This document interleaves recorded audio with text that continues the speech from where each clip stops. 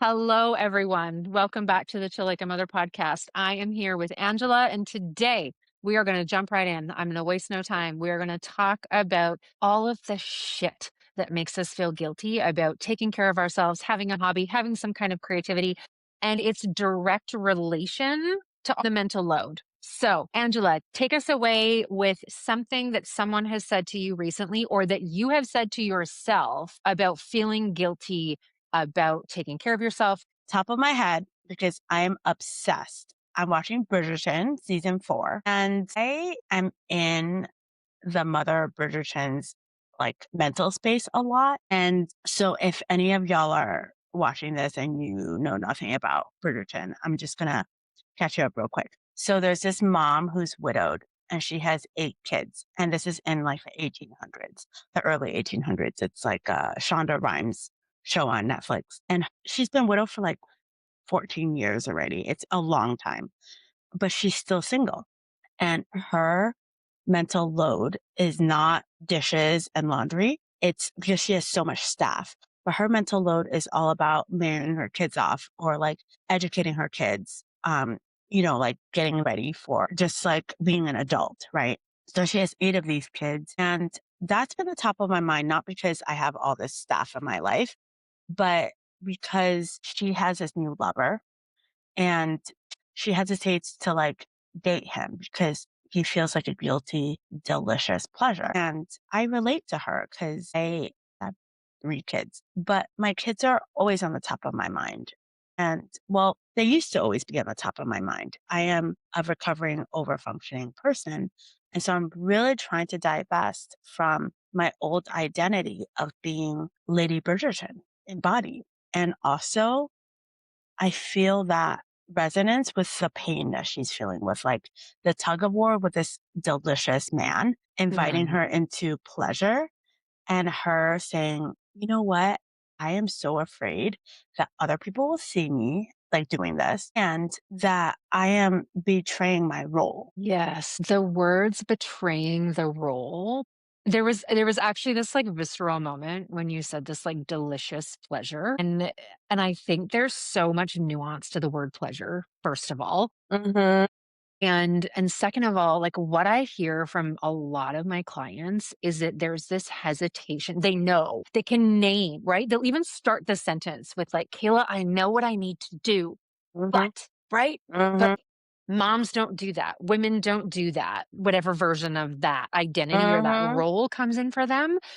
And there's always this like, why not? Like, and who said? Hmm.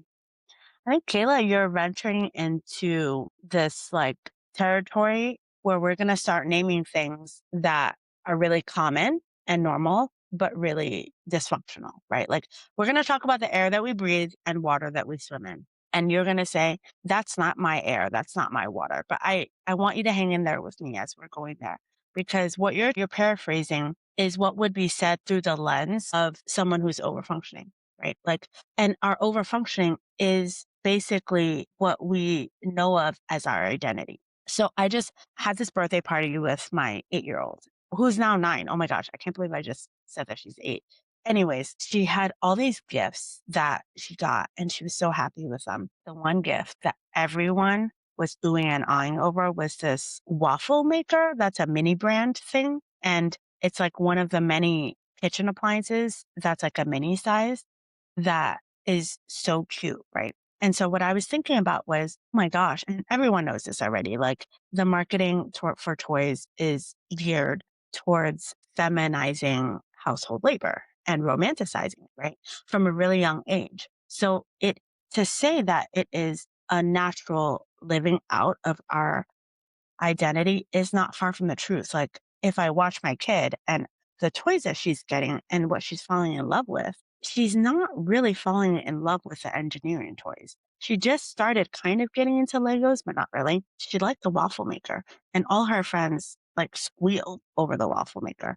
I'm like, it's a it's a kitchen appliance. Like, how is that exciting?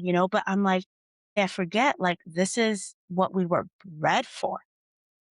This is who we are debuting as if you're a Bridgerton. Like, we are not far from Bridgerton land. Like, we are living in Bridgerton 2026.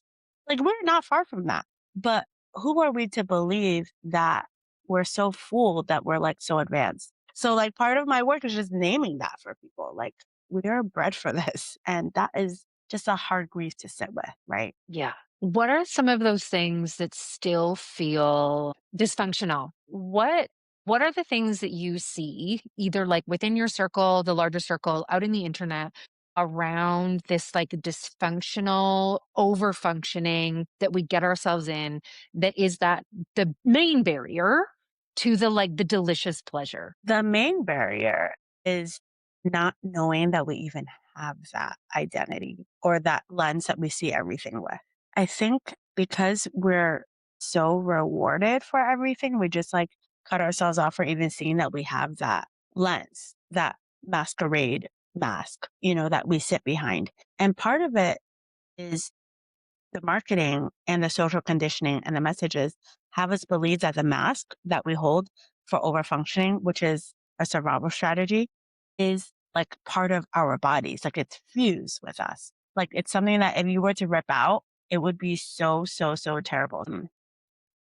If you ask most of your friends who are parents, are you overfunctioning? They're like, yeah, what's wrong with that? Yeah, I yeah. just like, yeah, like, why wouldn't I? Yeah. Like, what are you And talking I about? What I are you feel talking like about? the response I would get would be like, "Yeah, but that's the expectation." Yeah, Right? yeah, Yes, I am. Yes, I know that. Yes, I yeah. reflect on that every night as I'm like, "Why Yeah, was I such an asshole to my kids at bedtime yeah, again?" yeah, And yeah, and so it's like that self-reflection comes in of like, "I know I'm overstretched. I know I'm over mhm, it. I know I'm done." And yet I mhm, feel like I can't do anything about it because that's just yeah, what's expected of me. yeah, yeah, and leaning into that delicious pleasure is something that we were told that comes after the work, Yes. and so, Yes.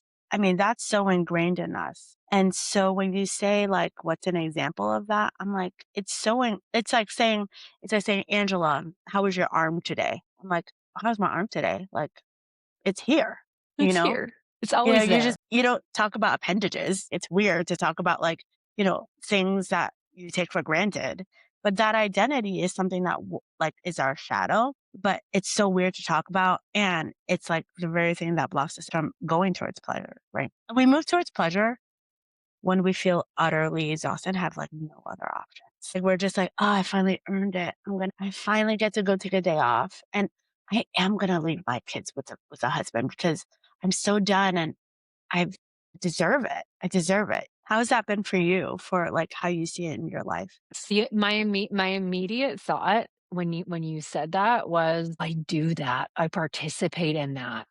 It is so autopilot, right? Mhm, Like, a friend of mine and I, we were talking last week. Both of our partners work away for periods of time. Mine is a week home, a week gone, and hers is 2 weeks gone and 2 weeks home. mhm, And we were talking about this thing that just happens. The first thing to go when the other person isn't there, and I call my husband my co-regulator, right? So, like, I operate mhm, up here and he operates down here, and so when we're mhm. together, we kinda do this, right? And without him, I have had to teach myself how to do this myself without the Yeah. other outside person saying, "I see that you're really tired. Have you eaten today?" So the Mhm, first thing that goes when we are mhm. in overfunctioning, when our partners are gone, when everything is on us, we stop eating. Yeah, I have this conversation with my oldest who has some like food things and the ADHD. Like sometimes we just have to eat for the nourishment of it, and yeah, there's going to be no pleasure in it. yeah, Like it's yeah, just like you just totally. have to get hand to mouth. That's it. Right. Yeah, yeah, And and I've said to my kids, if I could drink all of my meals, I would. Like I love the ease of it. I love how fast it is. I love all of it. But that is such the metaphor for like I don't take the time to sit yeah, down to yeah. eat, to plan the food that I actually want to eat, even if it's craft dinner. You know what's so funny is you just basically said that you'd be okay with someone sticking an IV in you and, like, pumping food into you Mhm. or, like, giving you protein shakes. Protein That shakes, is smoothies. my definition of hell. Even if I'm stressed the first thing to be activated is my comfort eating, like, goes, like, last. So many other things go first. Right.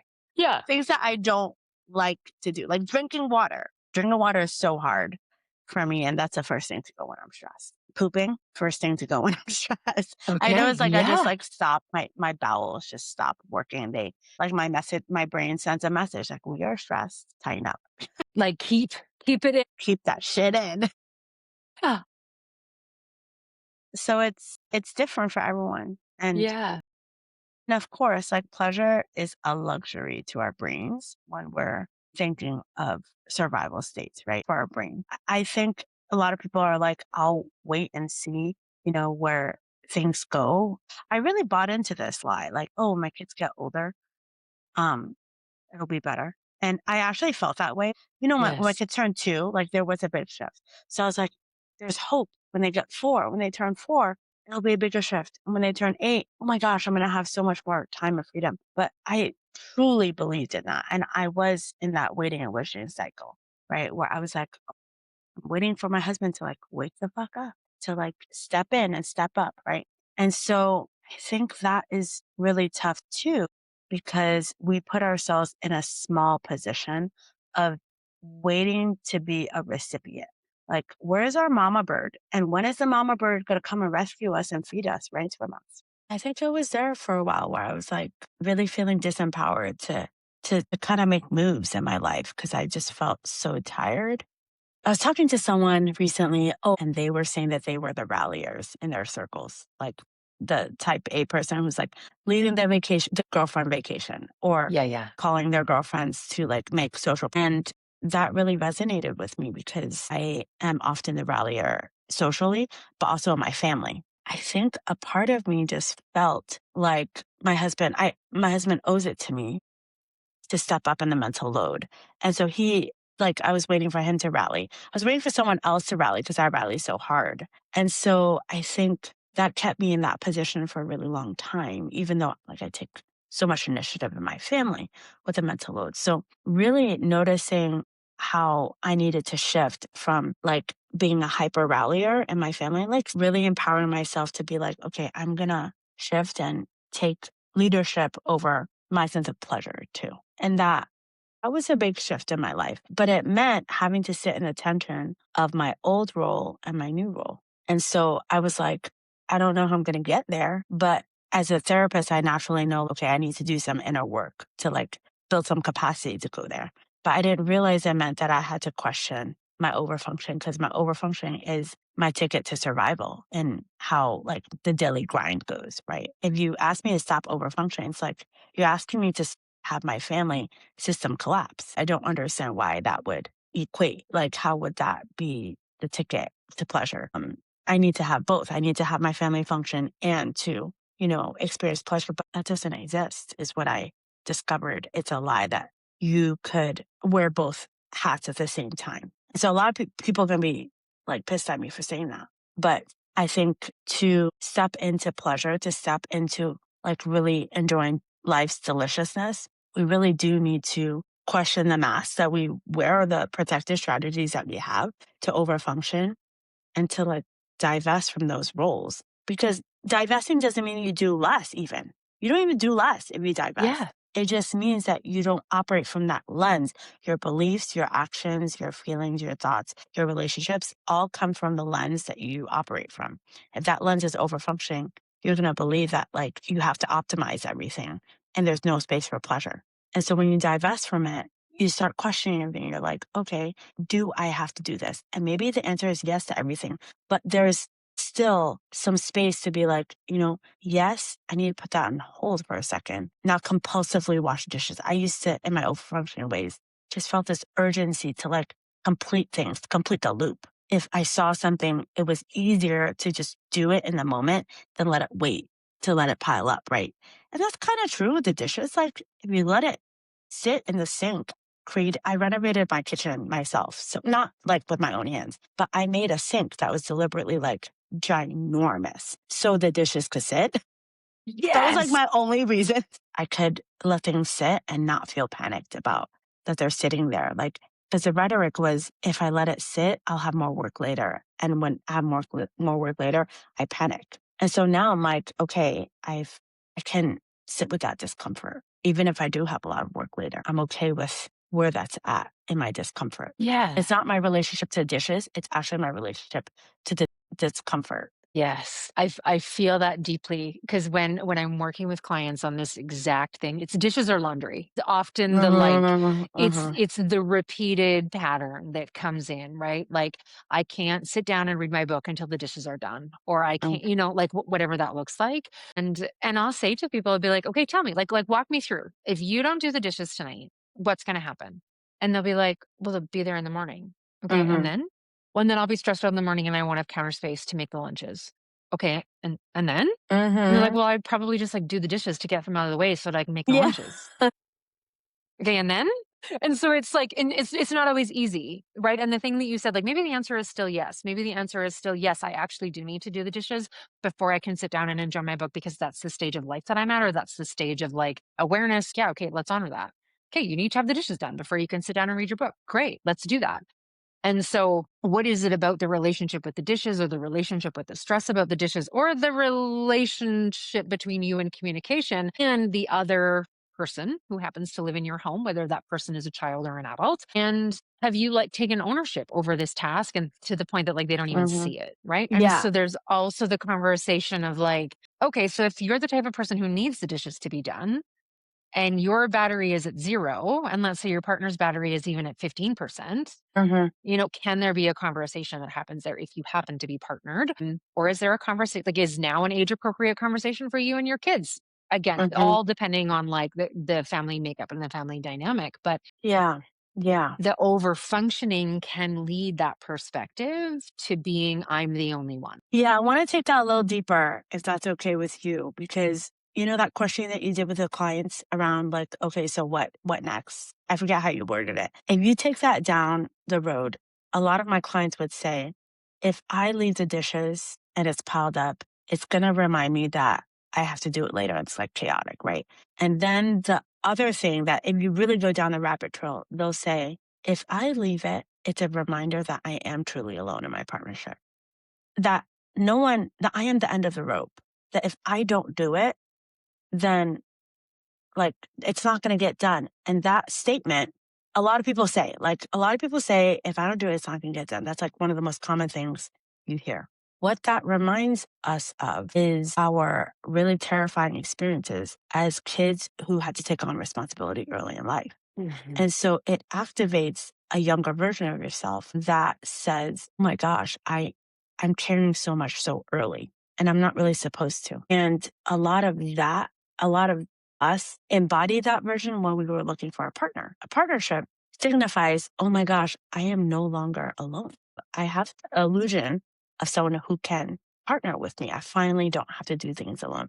And I'm not talking about trauma here. I'm not talking about like capital T trauma. A lot Mhm. of us, we have very capable parents who, I mean, we're mostly latchkey kids if you're in your 40s, but still we have, generally speaking, like uneventful life bringings, right? But I think a lot of us in our 40s or 50s were left alone to do a lot of things because our parents were in that generation of like, we need to raise like self-sufficient kids who can Yes. actually do stuff. So let's just throw them in the deep end and like don't mentor them. Let's just like watch and see what they do. And we kicked ass. Like we're like amazing right now in what we do, but this is the result of that. And we don't realize that we're bringing up kids that then look to their partner to save them from being alone. And this is me speaking. I'm like speaking about me. So when I look for a partner subconsciously, I didn't realize this, but I was looking for someone to finally show me, okay, Angela, you are not alone. You're not alone in this. And that was a really scary thing in my healing journey when I had to really face and be honest with that truth. But then once I was honest with that, and it's not going to look different for everyone. I don't want to project this to everyone. But with the me and the mental load, I was waiting and wishing for my partner to step up and do those dishes too. And when I realized his relationship with the mental load is not the same as mine, which I was like, I still actually don't get. Like, a lot of how men relate to the mental load, it's confusing to me. They're like, it's wild to me that a person could look at dishes and like not gravitate towards that. Yes.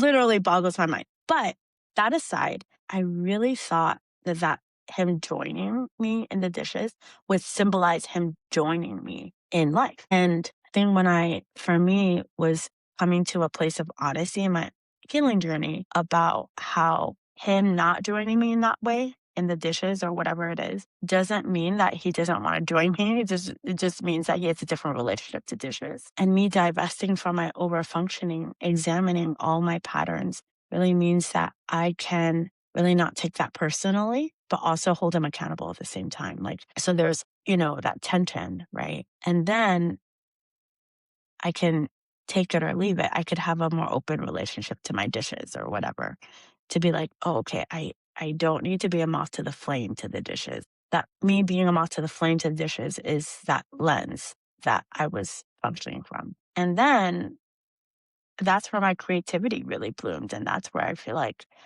I had freed up bandwidth to move towards hobbies and pleasure and really not that I don't struggle with guilt, because I feel like guilt is an inner critic that tells us that we need to have responsibilities and to do certain things. And with ADHD, I think my inner critic, I've like had a different relationship with my inner critic through that journey, but now it's not as harsh. That guilt isn't as harsh. It's, well, you should, not forget to put your keys in your purse for tomorrow. And I'm like, yes, I should do that versus like, this is like your identity. You should be a good mom. Like, it's me and my inner critic have different agreements now. Yeah. Yeah. In the most simplest steps, if it, like, because people love simplicity, Hmm. Hmm. even though the steps are complicated, if you could summarize the three most important things from going from the relationship with the discomfort, with the dishes, but wanting the delicious pleasure, what would be like the three steps that you would tell people that would like unlock that? Kayla, you're really like testing my executive functioning skills here. When people ask me that question, I know as a therapist that I kind of need to explain it to people as a therapist, Yes, but it really tests me. And I'm not it's going to lie to you. hard. It's a really hard question for my ADHD. Well, the first is, and this is going to piss people off, is to like not see your husband as the problem. That pissed me off. I was like, my husband is doing like, if you were to get that list out that Fair Play does, that spreadsheet, my husband does like 10 things on that 100 Mhm. point list, right? How is he not the problem? Like, I Yes. just don't get it.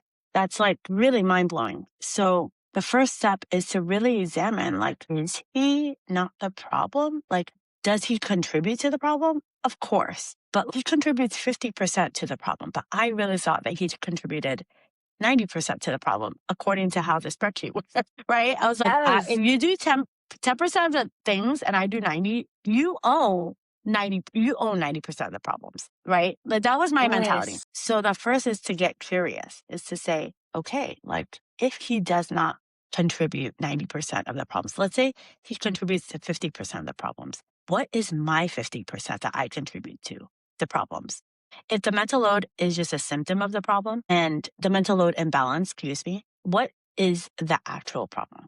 The actual problem is a disconnect, right? The disconnect as a result of maybe our conditioning or our burdens that we have that we come in with that we inherited, right? And that disconnect looks different for every couple. So for me and my partnership, so the first step is curiosity, like to see my husband's not the problem. The second is like curiosity about what I contribute to the problem. The third is radical honesty and Mm. looking inside.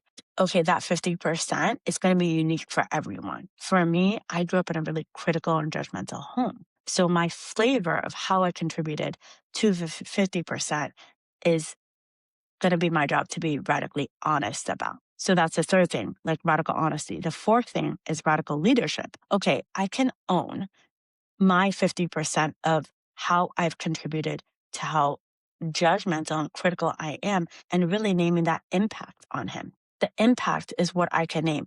The fifth thing is to heal from that, to heal from like, to examine, okay, what is the root of my judgmentalness and criticism? Like, what is the root in that? How can I heal from that? It's actually my overfunctioning critics. It's my inner critics. It's actually, I need to heal from my inner critics. Mhm. And healing with my inner critics doesn't mean excluding them. And so the step after that would be to really take off that mask and divest from your identity that you're fused with, which is my for me, it was my overfunctioning inner critics, my taskmasters, my perfectionist parts. And healing that helped me to say, okay, I do operate from that lens. Whenever I make a request, it's through the lens of that overfunctioning critic. And so the next step after that is when there's no such thing as healed, like past tense, but when I'm healing, I can see what is my baggage and what is my partner's baggage. And I'm not going to be a truth teller and call them out, but I'm going to repair my part of what I contributed to the dysfunction. So I'm going to approach him without an agenda to say, if I repair, then he'll change. But I'm just going to repair for the sake of repair, to say, like, this is what I've contributed. And I want to walk with you in a new way of relating to our family communication. I want to like practice humility and um transparency. And also I want to like kind of share that I'm on this accountability journey to like work with my inner critic so it doesn't perpetuate that dysfunctional pattern that we used to live in. And I want to create a new relationship with you that acknowledges the past, but also doesn't live in the past. So that's kind of the steps. If I could lay it out, I guess it's more than three, but that's the roadmap. And the hardest thing I would tell you is the first step. Cause man, Yeah. that took me years. I was like, there is no way I'm part of the problem. Yes. I was a whole ass therapist saying that, like full therapist for decades saying that. 100%. I mean, I'm like 13 years a therapist now, but like for the first many, many, many, many several years, I was saying that. I was like, I'm good. Yeah. I know all the things. I remember the first time we went to couples counseling after our first son was born, and I was on my righteous high horse, and I was like, I'm such a winner. Get us Yeah. to couples therapy, and I'm finally going to have somebody on my side. And, Yeah. like, Yeah. and I get there and like definitely called my partner out on some stuff. But it was Sure. like, I left that session being like, how dare you have Yeah. called me out on It, my stuff? I am not the reason we're here. I know all the things. I've read yeah. all the books. I have a degree in human communication. No, No, thank you. advanced degree, advanced. Yeah. And you were probably not wrong in how you like called out your husband. Like none of the things you said were probably wrong, right? That's the thing. It's like we see so much of what's going on in our environment that it takes a whole set of, I think it's not skills. Some of it is skills, but a lot of it's like softening, like of the heart, I Yes. think. And you can't teach someone that. The day that our marriage therapist called me out. Essentially, what we needed to do was that I needed to do less to Mhm, allow my partner to do more, right? I was the roadblock, right? By mhm, me doing 90, he could only do 10. mhm, And so what our work was, I had to back off, which meant that my partner had to step up or in or whatever that metaphor is. mhm. And it was a challenging bit of role reversal around the curiosity of, okay, so if you're not the problem and I'm not the problem, then like what is the actual problem? And like can we get on the team together to solve the problem? Right? Instead of like trying to blame each other, it was like, how about we like get on the same team and like we're pretty amazing together. So like how about we together tackle the problem? Like let's make the problem the problem.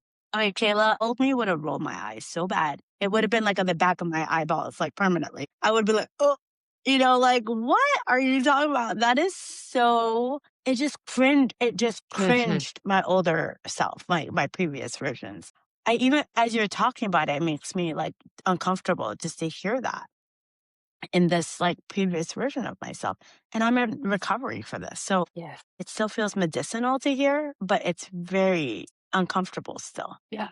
Yeah. And I told it's eye roll worthy, right? One of the points that you had made around like radical leadership and acknowledging your impact in the whole thing. I had like this visceral like I'm the only one. I'm the leader. I'm the group I'm the leader. project organizer. Yeah. I'm the right. I am not making a negative impact. You cannot convince me that I'm making a Yeah. negative impact. Yeah. Right? I have taken up so much leadership, and it's basically someone else telling you like you're taking the wrong type of leadership up. And it's very insulting because I really embodied the role of like household prime minister. Like I just feel so stately and saintly in my role.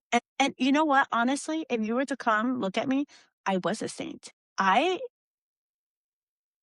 feel like I didn't do any violations. I honestly felt like I was doing the right thing by being Lady Bridgerton. Like, I just Yes. felt like I was doing the right things. It is highly insulting for someone to say you are operating in the wrong style of leadership. I'm like, what? Like, but I'm looking out for my family. And yeah, but you're leaving someone behind and it's not your husband. You're leaving you behind. Like, where are you in this picture? Like, where's your life force? Where's the light in your eyes? You're so dim while being so responsible. Like, who are you? And Lady Bridgerton, I don't want to spoil it, but she makes a really radical decision at the end of season 4. And I don't want to share it with you, but it is so counterintuitive around what Lady Bridgerton would do. She chooses the road less traveled. She moves towards pleasure, and it's not what you would expect. It's very Fascinating. unexpected. I have So not watched any Bridgerton, so you have now convinced me in the metaphor to watch it because take those it's notes, not something Kayla. that Write I it down, watch. Kayla. I'm Write it writing it down. down.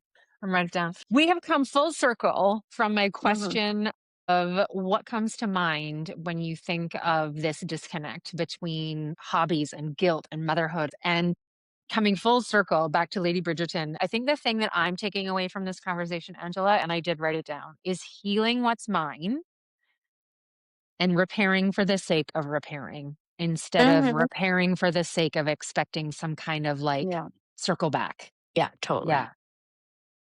So often, so much of what we do is for our kids, right? And then we think of our partner, and then we think of us, right?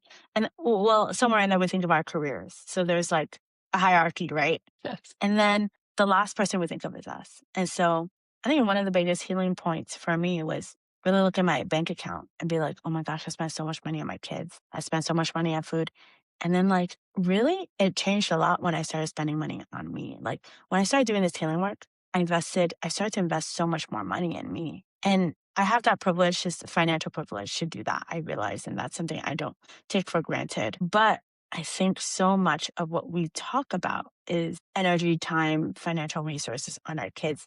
And the last person we spend on is us. And I think we could talk about self care in terms of intellectually, like what we would like to do. But the one thing that you look at is a person's financial statements, and they'll show you, like, what do you value? And so that would be something that I would encourage you to do, or all the viewers out there, is like, look at your financial statements and see where your resources are going. Are you putting money towards your own personal development? Are you putting money towards your own healing? Are you putting money towards your own pleasure? Are you putting money towards like you? And what parts of you are putting money? If you are, what parts of that are you putting money towards you? What's that look like for you to feel into putting that money towards you? Is it painful? Do you feel shame about it? Do you have to apologize for it? Or would you be, having to over explain yourself? Or you doing it in hiding? A lot has changed for me when I started to take radical responsibility of myself. And then, look, the outward healing expression of that, one of the things is to put money towards myself. And if you're listening to this and you're saying, okay, like I should do that first, and then maybe the rest I could reverse engineer it. That's just not how it works. Thank you, Angela. That was just like an extra little dose of bonus wisdom there. I love the question that you asked of like, when you look at your finances, can you see that it's aligned with your values? Like, can you see Yeah. that you're in there somewhere? Yeah. And I love that little excavation of curiosity. So, thank you so much for sharing your wisdom with us today and asking me curious questions. And so, I really appreciate you being here, Angela. Thank you so much. I'm so grateful for you, Kayla, and your curiosity and how that's so contagious and your joy. So thank you for sharing that with me. I'm grateful for you too. Thank you.